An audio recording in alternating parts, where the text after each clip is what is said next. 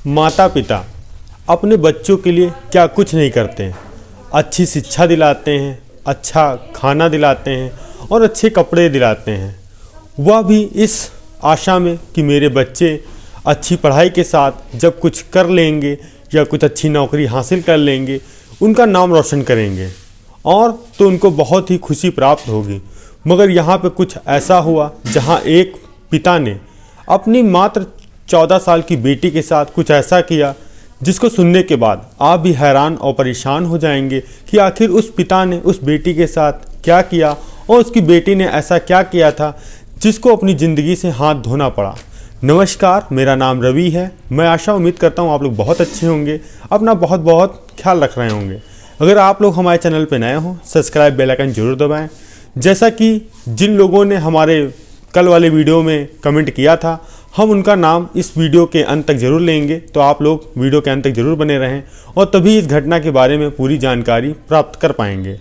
यह सच्ची घटना चालू होती है उत्तर प्रदेश का एक ज़िला है एटा। एटा के पास एक इलाका लगता है जिसका नाम था मलावन क्षेत्र इलाका और तारीख थी 30 अक्टूबर 2023 सुबह के करीब 7 बजे। सुनसान सड़क थी और उसी के किनारे एक 14 साल की लड़की की लाश पड़ी थी। जो वहां राहगीर जा रहे थे उन्होंने देखा कि एक लाश पड़ी है। जब उसके पास वो लोग गए तो देखते हैं कि एक मासूम सी बच्ची जिसकी उम्र लगभग रही होगी 14 साल। अब यह सब देखने के बाद वहां बिल्कुल भीड़ जमा हो जाती है। धीरे धीरे आसपास के गांव थे वहां तक खबर फैलती है कि एक लड़की जिसकी लाश वहां पड़ी थी। अब गांव वालों के मन में एक ही विचार उठ रहा था कि आखिर इस लड़की का कत्ल किसने किया और यह कहाँ की रहने वाली थी। तभी जो वहाँ पर लोग स्थित थे तो वहाँ का जो पास थाना था वहाँ पर फ़ोन करते हैं और उस घटना के बारे में पुलिस को जानकारी देते हैं।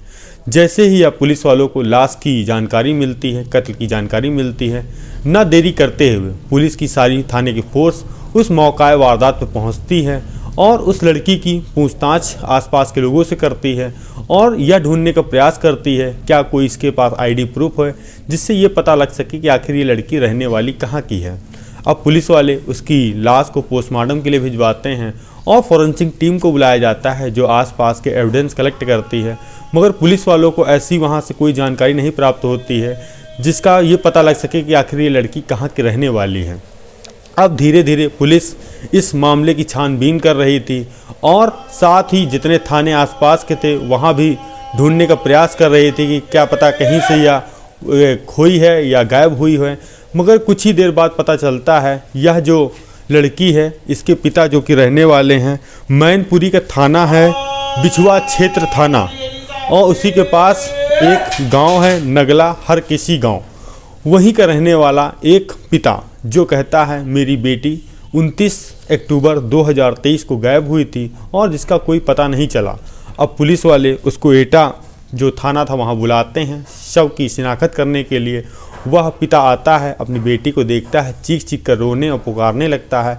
पुलिस वाले उसको आश्वासन देते हैं कि आप परेशान मत होइए, जिस व्यक्ति ने भी आपकी बेटी का कत्ल किया है वह बहुत ही जल्दी सलाखों के पीछे होगा। और पुलिस वाले यह सब कहने के बाद पिता के तहरीर के आधार पर मुकदमा दर्ज करते हैं और जब पिता से पूछताछ करते हैं कि आपको क्या लगता है किसी की आपसे दुश्मनी है या रंजिश है कि कोई आपकी बेटी को कत्ल कर सकता है, तो वह पिता जिसका नाम था किशन पाल वह 2 लोगों के खिलाफ मुकदमा दर्ज कराता है, नाम तहरीर देता है।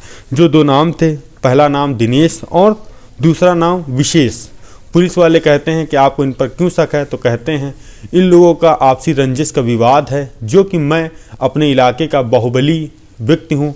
जैसा कि इन लोगों को जलन होती थी इसी के लिए लगता है इन लोगों ने मेरी बेटी का कत्ल कर दिया।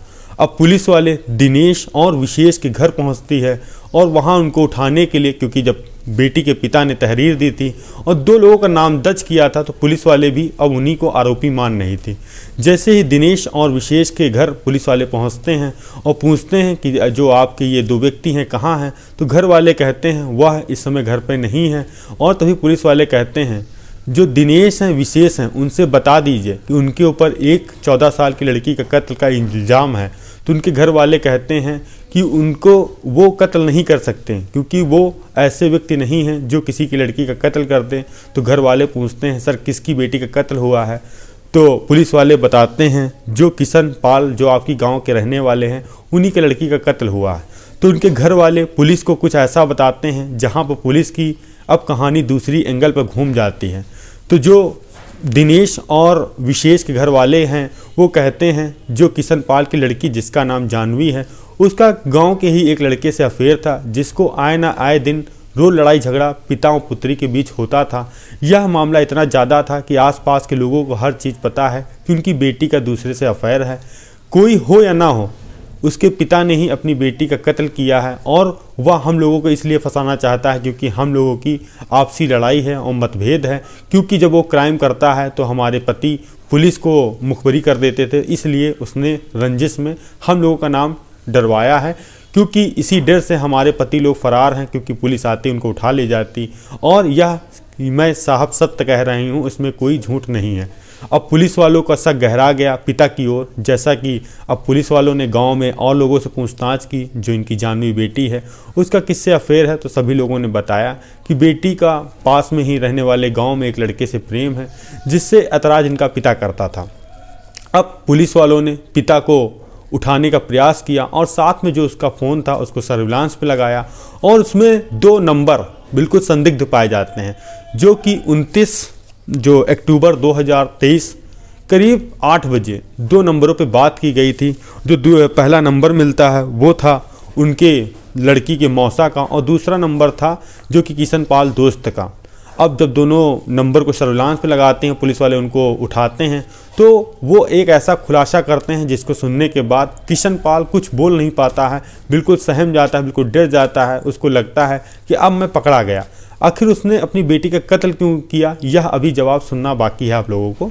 तभी जो बेटी का मौसा था और उसका जो किशन पाल का दोस्त था तो कहता है 29 तारीख।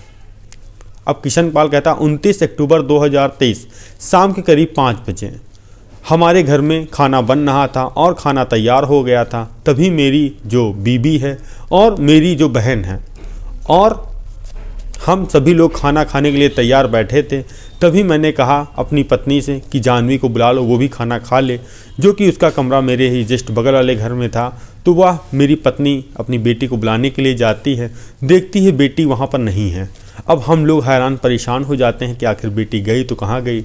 अब ढूंढने का प्रयास बेटी को करते हैं तो पता चलता है गांव में एक लड़के के साथ एक जो वहाँ पे कमरा था, दोनों साथ में बैठे थे, बातचीत कर रहे थे।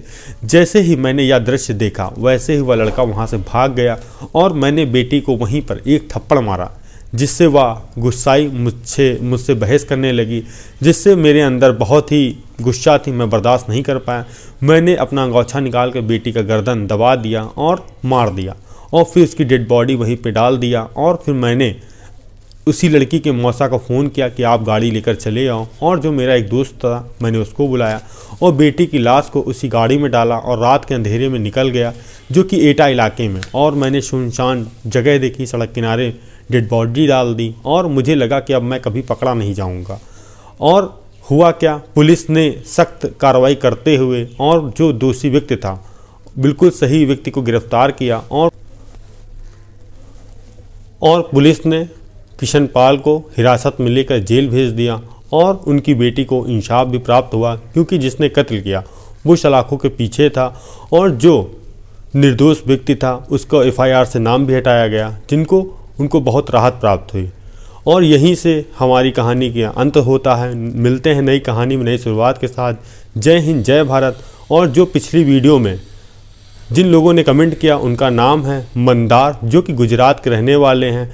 मैं उनके उज्जवल भविष्य की कामना करता हूं कि आप इसी तरह हमारे वीडियो देखते रहें और कमेंट करते रहें। और जो लोग भी कमेंट करना चाहते हैं, अपना संदेश देना चाहते हैं, दे सकते हैं। धन्यवाद।